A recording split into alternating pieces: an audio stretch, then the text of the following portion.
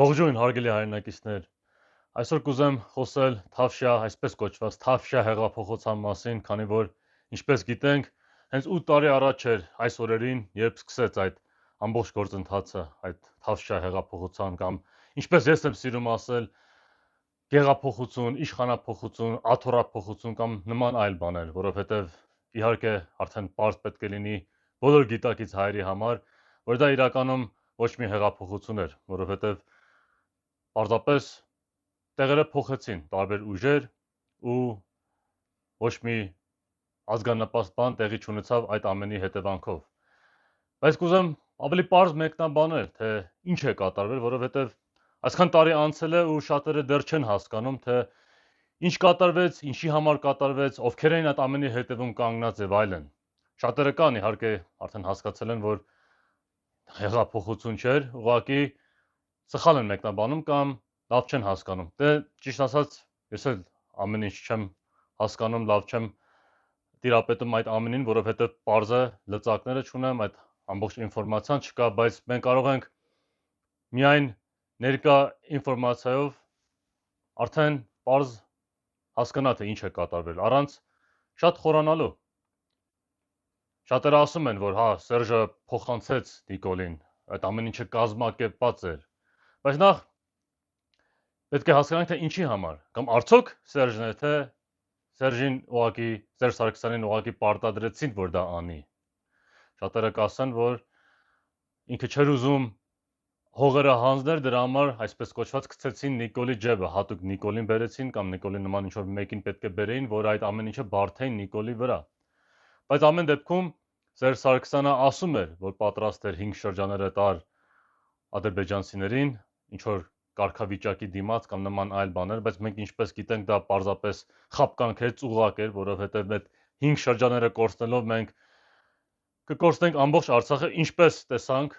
2020 թվականի պատերազմից հետո, այդ ամեն ինչը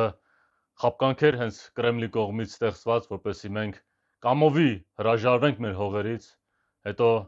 այդ այսպես կոչված ազատագրված հողերից, բայց իրականում դա էլ Արցախի մասն էր, լավ իմանալով, որ եթե դրանից հրաժարվենք, այդ հողերը տանք Ադրբեջանին, ուրեմն ամբողջ Արցախն են կորցնելու, մեր վերահսկողությունից դուրս է գալու։ Այդպես էլ եղավ։ Նա ասում էր, որ պատրաստ է դա անել։ Ինձ թվում է, այստեղ ուրիշ մի բան կա։ Մենք պետք է հասկանանք, որ նախ պետք է հասկանանք, որ Ռուսաստանի մատը միանշանակ խառն է եղել այդ ամենի մեջ։ Ոնց մարդիկ ասեն, որովհետև շատերը մինչև հիմա կարծում են, որ դա սորոսական կամ արևմտամետ հեղափոխություն էր։ Ու նորից ասեմ, սա անընդհատ կրկնելու եմ, որովհետև մարդիկ թյուր կարծիք ունեն արևմտամետ կամ արևմուտքի պահով, այս նախկինում ասել են, որ արևմուտքը իրականում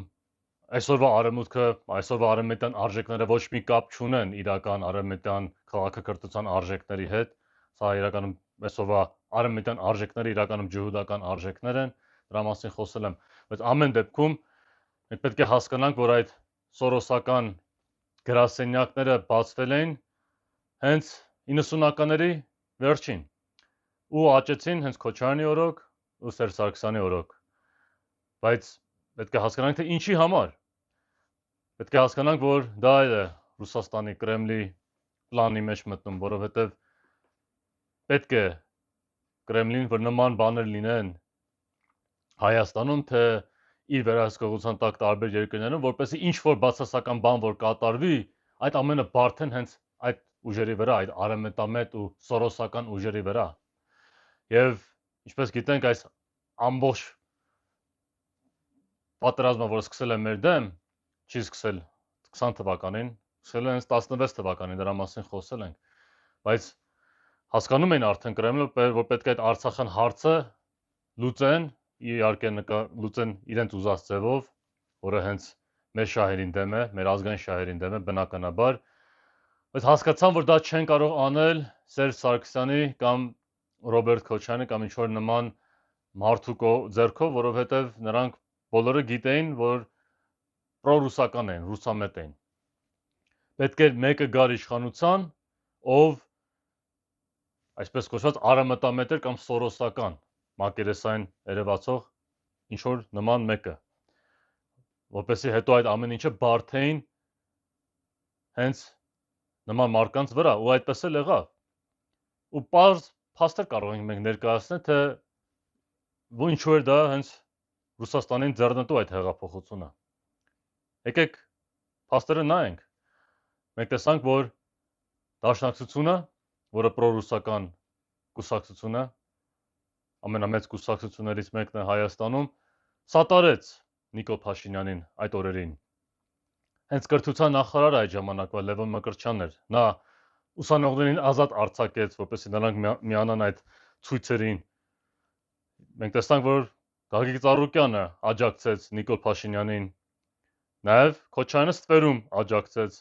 այն ժամանակար Սիրուշոն եւ այլն։ Նորից ասեմ, չեմ սիրում անուններ տալ, բայց ստիպված եմ լինում երբեմն անուններ տալ, որպեսզի մարդիկ ավելի լավ պատկերացում կազմեն։ Մենք տեսանք, որ այդ բոլոր ռուսամետ ուժերը աջակցեցին Նիկոլ Փաշինյանին։ Մանր ուժերին ես իսկի չեմ նշում, չեմ թվարկում, բայց մեծամասնությունը կամ աջակցեց կամ լռեց, ոչ մեկ բան չասեց։ Նույնիսկ այսօրվա հոգևորականները, եկեղեցականները, Միքայել Աջափայանը հրապարակայնորեն աջակցեց Նիկոլ Փաշինյանին, ու մյուսները ոչ մեկը դուրս չեկավ ասի, ժողովուրդ, ինչ եք անում։ Ինչու եք այս սատանայական հեղափոխությանը աջակցում։ Ոչ մեկը դա չէր հասկանում։ Ուրեմն կամ հասկանում էին ինչա կատարվում, բան չէին ասում, կամ են մաս էին կազմում այդ ամենին, այդ ամբողջ գործընթացին։ Այսինքն կամ կողմ են այդ ամեն ինչի չէին հասկանում ինչա կատարվում, այդքան տահաս են, տգետ էին, կամ գիտեին ու ոչինչ չէին ասում, որովհետև չէին ուզում իրենց պաշտոնը կորցնել։ Ամեն դեպքում դա դավաճանություն է, դա անթույլատրելի է։ Մարդ ոնց կարող է իրեն հոգևորական համարել կամ ինչ-որ ազգային ղեկավար համարել կամ ինչ-որ նման մի բան ու պարզ չարտահայտվի դրա դեմ։ Ես այս ժամանակ համարյա նոր է եկել Հայաստան, պատրաստվում կներեք, պատրաստումի հետո մասնակցեցի 20 թվականին պայմանագրային ծառայության էի, հենց այդ օրերին նոր էր սկսել, հենց 8 տարի առաջ հենց այս օրերին խրամատներում էի, Տավուշում էի ծառայում Վարդաշեն գյուղում, ու այդ ժամանակ արդեն շատերը ուրախացել էին, դե Իջևանում էի, չէ, Տավուշում։ Ես էլ այդ ժամանակ չգիտեի այտենց լավ որ հենց Փաշինյանը հենց Իջևանցի է ու դեմ էի արտահայտում, իմ դեմ էին խոսում։ Այսինքն ես այնտեղ լինելով ես պարզ արտահայտվում էի, ու հետո գալով տուն այդ երկու շաբաթվա հերթապահությամբ էր։ Գալով տուն նաև բոլորին ասում եմ, որ չհավատան սրանց։ Սրանք պարզ խափեբաներ են, ստրիկաներ են, որովհետև ես տեսել եմ, թե Ամերիկայում նույն տեսակ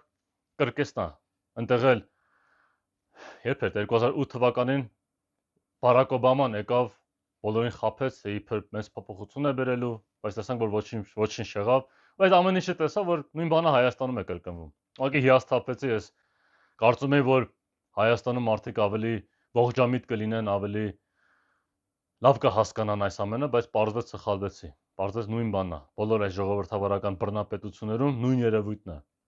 Բայց ամեն դեպքում ես պատրաստ եմ այդ ժամանակ դեմ էի արտահայտվում, դեմ էի խոսում։ Բոլորը իմ դեմ են դուրս գալի, ասում են ես ռեժիմի մասն եմ։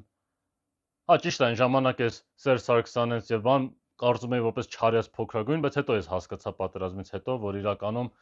այդ չարյաց փոքրագույնը ծուղակ է։ Բայց ամեն դեպքում ես երբեք sense թափով Սերժին չեմ աջակցել, ոչ էլ մյուսներին։ Ես ուղղակի ասել եմ, որ չեմ ուզի վատից ավելի վատը գնա։ Ու նման մոտեցմամբ դա է միշտ լինելու ու դա էլ եղավ։ Ես դա եմ ուզում ասել մարդիկ չէին հասկանում։ Տրվել էին էմոցիաների։ Ես վաղուց հասկացել, ես վաղուց ինքս ինձ ազգայնական ու ցեղակրոն եմ համարել։ 14-15 տարեկանից սկսած։ Այդ ժամանակ ես գիտակցում, հետևաբար ես ոնց կարող եմ sense նման խեղկատակ սրիկաների հետևից գնալ։ Դա հակասություն կլինի իմ գաղափարներին, իմ արժեքներին։ Ես ոնց կարող եմ ինձ համարել Նժդեի հետևորդ ու գնամ Նիկոլ Փաշինյանի նման մարդու հետևից, մի սրիկայի հետևից։ Ես այդ ժամանակ դա հասկացել էի, ասենք տրամաբանական բան է։ Ամեն դեպքում պատրաստ էի մի բան ասել, բայց նույն բանը չտեսա այսպես կոչված ընդդիմության կողմից այսօր ովքեր հիմա ընդդիմություն են խաղում։ Բոլորը աջակցեցին։ Բոլորը։ Լավագույն դեպքում լռեցին, բան չասացին։ Եթե ուշադիր հիշենք, կտեսնենք, որ այդ ժամանակ բոլորը աջակցեցին, այն 18 թիվը անցավ արդեն Նիկոլ Փաշինյանը իր ԿՊԱ-ները իրենց աթոռները ամրապնդեցին, այդ ժամանակ նոր սկսեց այդ անդիմադիր ռոպագանդան քարոզել սորոսականների դեմ, որ սորոսականներ, եթե հիշում եք, այնտեղ փոքր ընդդիմադիր խմբեր առաջացան, ովքեր դեմ էին արտահայտվում ԿՊ-ի եւ նրանց վարած քաղաքականությանը, որ Արցախը դավաճանալու են եւ այլն եւ այլն, բայց ասում են, որ սա սորոսական ինչ-որ պրոյեկտ է, Սորոսի գրասենյակի դեմ ցույցեր էին անում, ու այդպես էլ եղավ պատերազմից հետո շարունակեցին այդ բանը, որ ասի սորոսականները եկան իշխանության ու Արցախին դավաճանեցին։ Սա Սորոսի ու Արևմուտքի պրոյեկտն էր, այդպես էին ներկայացնում։ Մինչև հիմա այսօր էլ ռուսամետները այդ են ասում, որ եկան արևմտամետները փչացին Ռուսաստանի հետ մեր հարաբերությունները, մեզ տարան դեպի կործանում, պարտություն եւ այլն, Արցախը մենք դրա համար կորցրինք, եթե մենք Ռուսաստանի հետ լավ լինենք, դա չլինի, ամեն ինչ լավ կլիներ։ Մենք պետք է միշտ սա ապացույց է, որ մենք պետք է միշտ Ռուսաստանից կարճած մնանք, Ռուսաստանը մեր վաղեմի դաշնակիցն է եւ այլն։ Հենց այդ է ամբողջ իմաստը։ Ու 21 թվականի հենց խայտարակ ընտրություններից հետո, երբ այս ազգադավ կառավարությունը ամրապնդեց նորից իր իշխանությունը, վերընտրվեց, այդ ժամանակ մենք կտեսնենք, որ մի տեսակ sense դադարեց այդ սորոսական ռոպագանդան ու փակվեց նաև այդ գրասենյակը, նաև այլ հակասորոսական խմբավորումներ նույնպես դադարեցին իրենց գործունեությունը։ Մի խոսքով այդ օպերացիան արդեն հաջողվեց։ Արցախին բերեցին իշխանության սորոսականներին, այսպես կոչված սորոսական արևմտամետներին, Արցախին դավաճանեցին, նորից վերընտրվեց ներկայիս ազգադավ այդ կառավարությունը, որ Արցախին դավաճանեց գեներալիտետի հետ միասին ու այսպես կոչված ընդդիմության հետ միասին, բոլորը իր հետ միասին իրենց դերը կատարեցին, ու հետո անցան առաջ։ Այդ օպերացիան հաջողվեց։ 3 տարի այդ օպերացիան տևեց։ 8 տարի առաջ